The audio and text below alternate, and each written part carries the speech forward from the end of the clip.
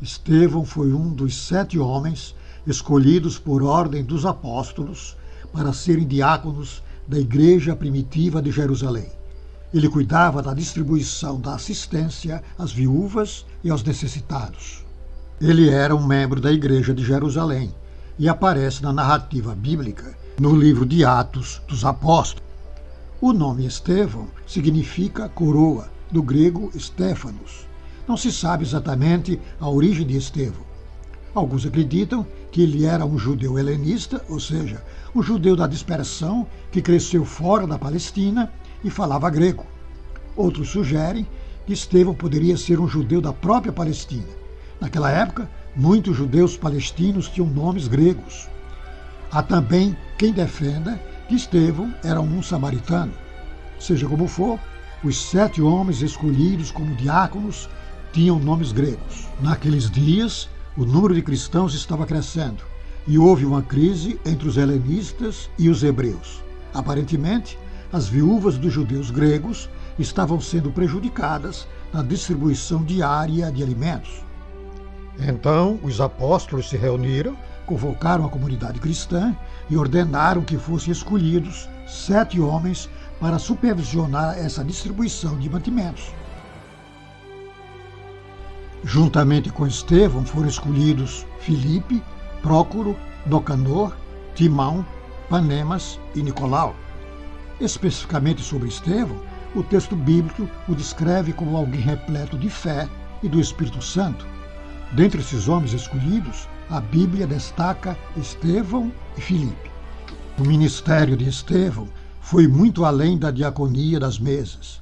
Além de cumprir suas responsabilidades perante a igreja primitiva, Estevão se empenhou em proclamar o Evangelho, ficando marcado na história da igreja.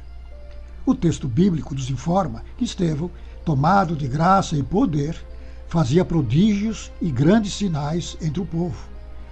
Ele e Filipe são citados no Novo Testamento, realizando milagres semelhantes aos realizados pelos apóstolos.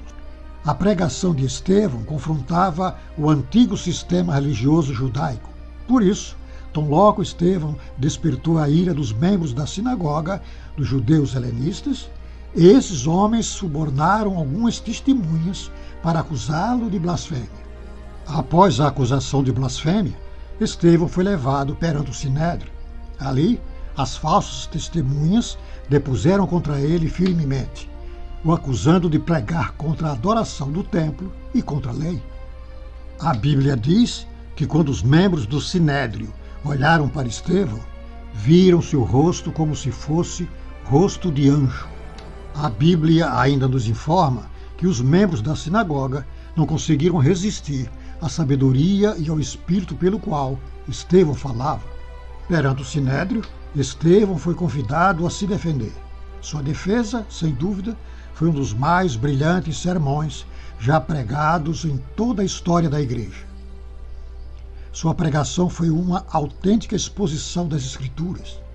Estevão fez uma extraordinária retrospectiva do relacionamento de Deus com Israel, revelando o fracasso do Israel do Antigo Testamento e apontando para a esperança que só pode ser encontrada em Cristo. Estevão, em sua pregação, falou sobre a era patriarcal, sobre os dias de Moisés e o período de peregrinação no deserto, sobre o tabernáculo e o templo. Falou sobre a chamada de Abraão e explicou como o patriarca demonstrou fé e obediências às promessas do Senhor. No entanto, ele enfatizou a rejeição ao escolhido do Senhor, porque José foi traído por seus irmãos. Falando de Moisés, Estevão apontou para como o líder hebreu foi rejeitado pelo povo, mesmo tentando protegê-lo. Estevão entendeu que Moisés foi um predecessor do próprio Cristo e a rejeição sofrida por ele foi uma rejeição ao próprio Deus. Estevão também falou sobre o tabernáculo, desde a época em que era utilizado no deserto, depois quando foi levado da herança de Josué para a terra prometida, até os dias de Davi. Estevão enfatizou que o desejo de Davi era construir um templo, que acabou sendo concretizado por seu filho, o rei Salomão. Com isso, Estevão chamou a atenção para a verdade de que o Altíssimo não habita em casas feitas por mãos humanas e que a ideia de um Deus estático e localizado era equivocada. Por fim, ele, usando metáforas com base no Antigo Testamento, denunciou a rebeldia espiritual daquele povo. Ele demonstrou que aquelas pessoas não eram regeneradas. Isso significa que as pessoas que acusavam Estevão de blasfêmia estavam agindo da mesma forma que seus próprios antepassados idólatras, que se rebelaram contra a liderança de origem divina. Estevão mostrou àqueles homens que, assim como seus antepassados tinham perseguido os profetas que anunciaram a vinda do Messias, agora eles haviam traído e se tornado assassinos do próprio Cristo.